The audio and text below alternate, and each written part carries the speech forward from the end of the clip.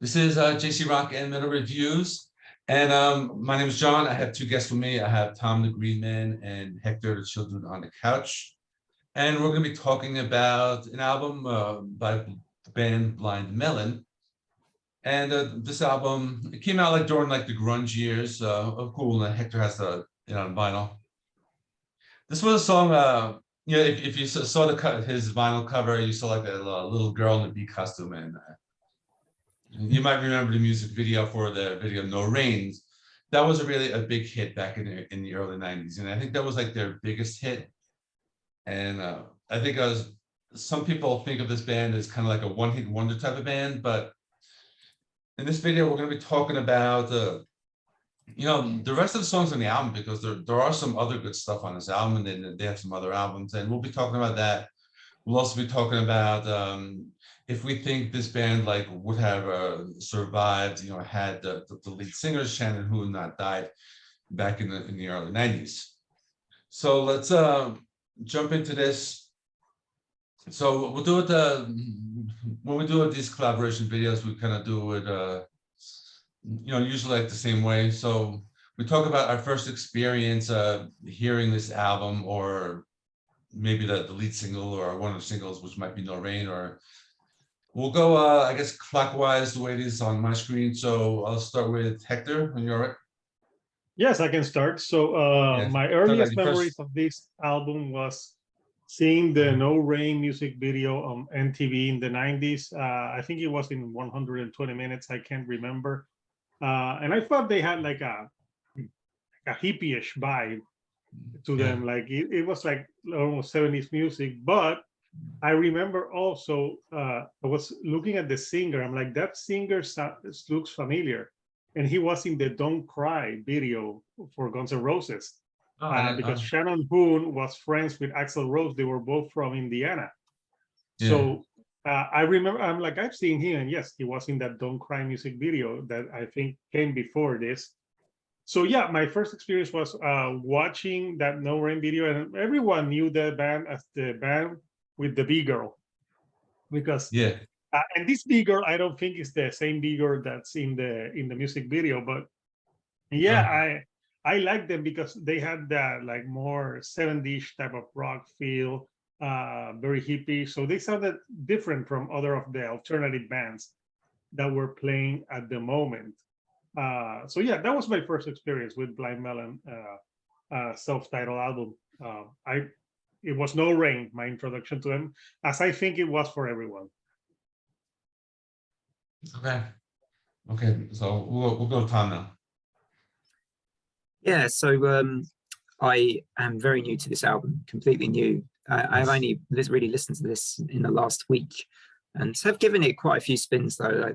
I've been trying to sort of give it a chance, and I think like the album, the first thing that struck me after just listening to some of the songs was that it's kind of upbeat. It sounds like quite like if I was at a house party somewhere in the 90s, it feels like the kind of album that might be playing in the background, because it's like it's kind of got a party kind of atmosphere. It's very funky soul guitar riffs, and it's really up. I think it's kind of upbeat for a lot of it. There are a couple of tracks which are a little bit more on the mellow side, but yeah, it sort of struck me like that. And I like the vocals of Shannon Hoon, which to me reminds me a little bit of Eddie Vedder in the way that he delivers some of his vocals with a little bit of tension in his voice and stuff. And I liked the contrasting kind of there's a lot going on with the guitars in some of these songs, and you wouldn't necessarily think that, but I think that's also the way they recorded the album. Yeah, and Hector was touching on this a bit, I think, with the sort of 70s sort of style. They didn't use any digital, I think, effects is what I read. That they didn't use much of digital input for the album. So yeah, first impressions, given that I'm still very new to this, is that I quite like it. I feel like I still, even now, even though I think I've listened to it 8 or 9 times in the last week, I still feel like I need a bit more time with it still. It feels like it's one of those albums you need to spend a bit more time with. I don't know, because it kind of like Okan was saying, there's a lot going on with I think with the music that's kind of free flowing a bit. And at times I was thinking, I've got to try and latch on to something in one of these songs. And for a few of the songs, I found that easier than others to latch on to certain guitar moments or riffs or choruses, and I found it easier with some songs than others. But I did quite enjoy it on the whole. So thanks for the recommendation. Okay, cool. So yeah, I'll talk about my experience, similar to Hector's. Back in the early 90s, watching MTV, the music video comes on, and we're talking about No Rain, of course. Cool music video, cool song. I always loved that song. I just, and because of that, I went out and I bought the CD. Now, when I listened to the CD, I guess I kind of went into it with the expectation it's going to be kind of more like a grunge type of band. And I think I was a little disappointed at first. So I didn't like this album at first. I think it had to do with more of the expectations, because this is back in the 90s, you hear a single, and if you want to hear the rest of the album, you pretty much had to go and buy the CD. There's really no other options back then. And I didn't like the album at first. I think I listened to it a few times, and then I didn't really go back to it. So, maybe over the years I may have listened to it a couple of times. I didn't really get into it. But now that we were doing this review, and it's for the this is the what is the 30th anniversary, 30th. which is I'm not sure the exact date. It's the 22nd, I believe. September 22nd is the 30th anniversary. That's is that right? Yeah.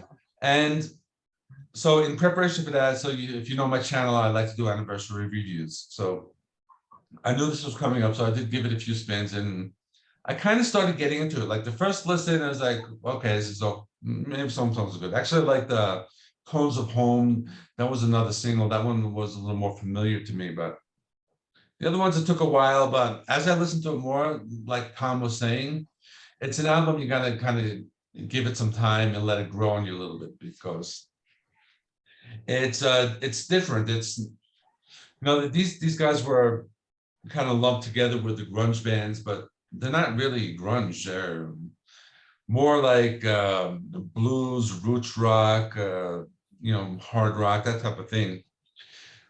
But I thought it was good. There's a lot of actually good stuff on this album. So we'll go into that. We'll circle back to Hector and tell us what are some of your favorite songs. So yeah, some of my favorite songs of these albums are I Love Change. That one's more slower, and it's all about embracing change, and I like the guitar melody on that one and how Shannon Hoon sings on that one. I also think Deserted is pretty cool. It's a pretty cool song, obviously not a single, and I like Tones of Home. Those three songs are my favorite. No Rain, I like it, but it's been so overplayed that I think I'm kind of over it at this point.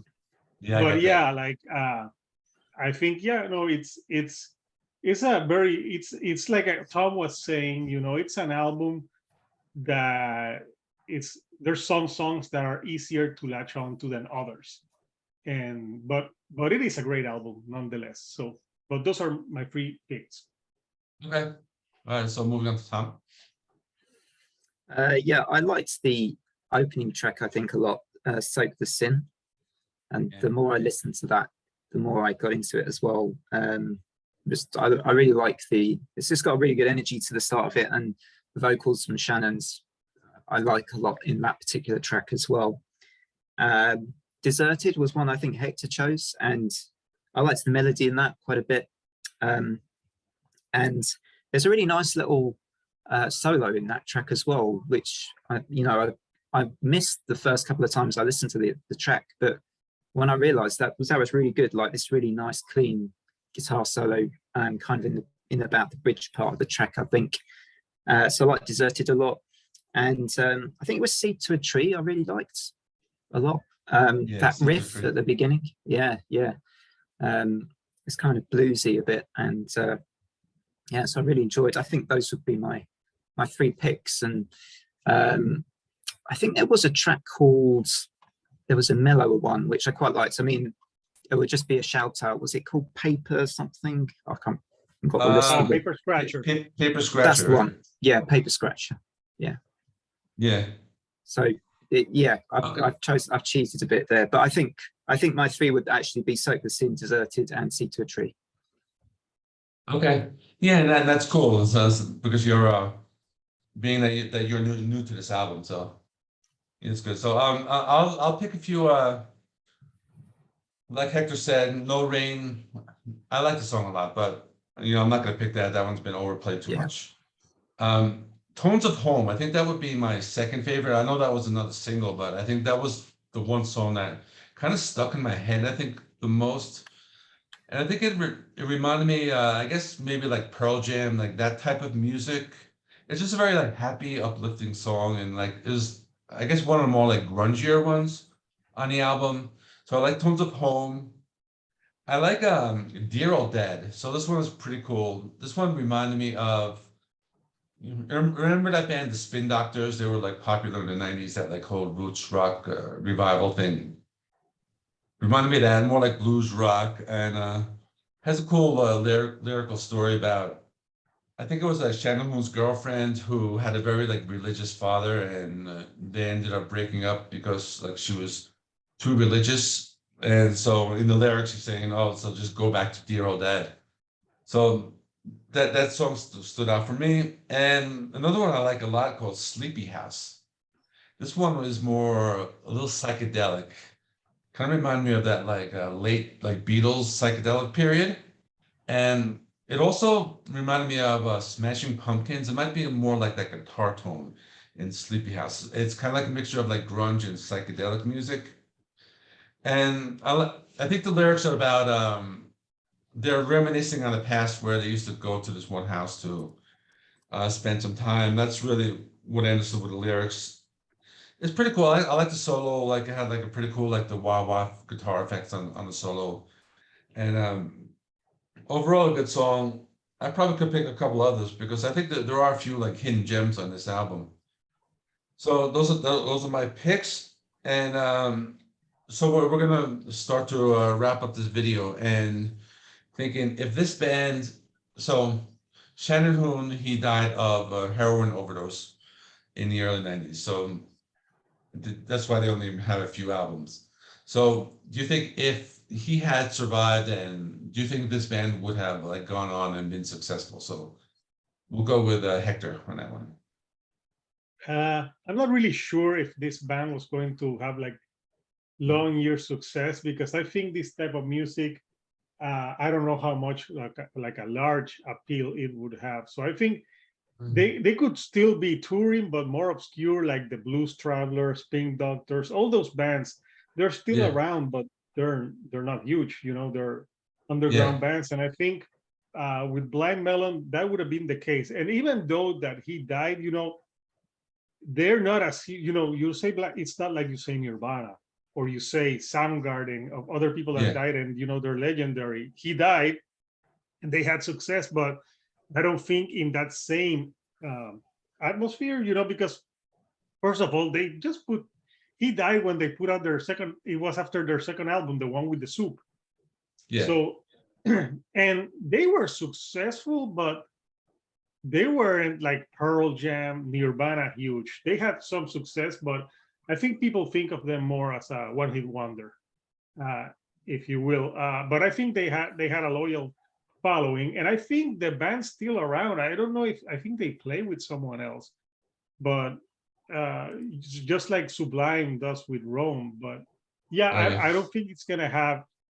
Even if Shannon Hoon was alive, I'm not really sure if they would have been super huge. I think they would still probably put out albums and had like a cult following, like a Grateful Dead or something like that. Maybe they would be Yeah. called Blind Melon Heads or something like that. But yeah, That would be I cool. don't think they would have been like super huge, at least in my opinion. Okay. Tom, any thoughts on that? Being that you're new to the band, so Yeah, it's hard to say. I think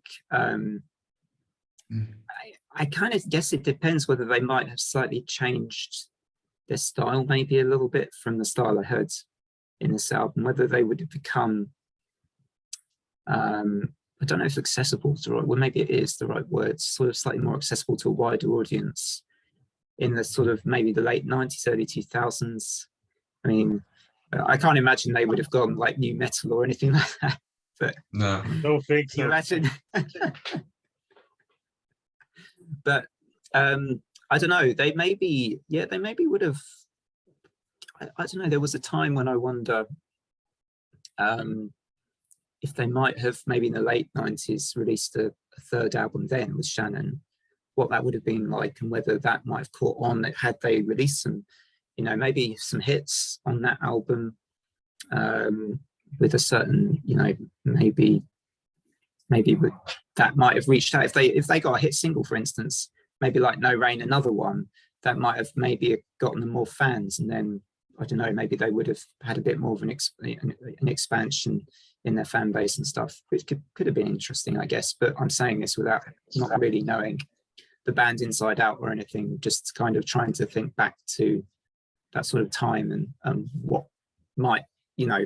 But I suspect had they maybe done some more hit singles, I think maybe they would have gotten some, because I think, like I say, I mean, I quite enjoyed this album, but you know, it's a bit tricky to sort of it sounds like a band you need a bit of time with at that point. So if they did maybe some songs which maybe have more catchy elements to them, maybe in the later 90s there might have been some sort of breakthrough.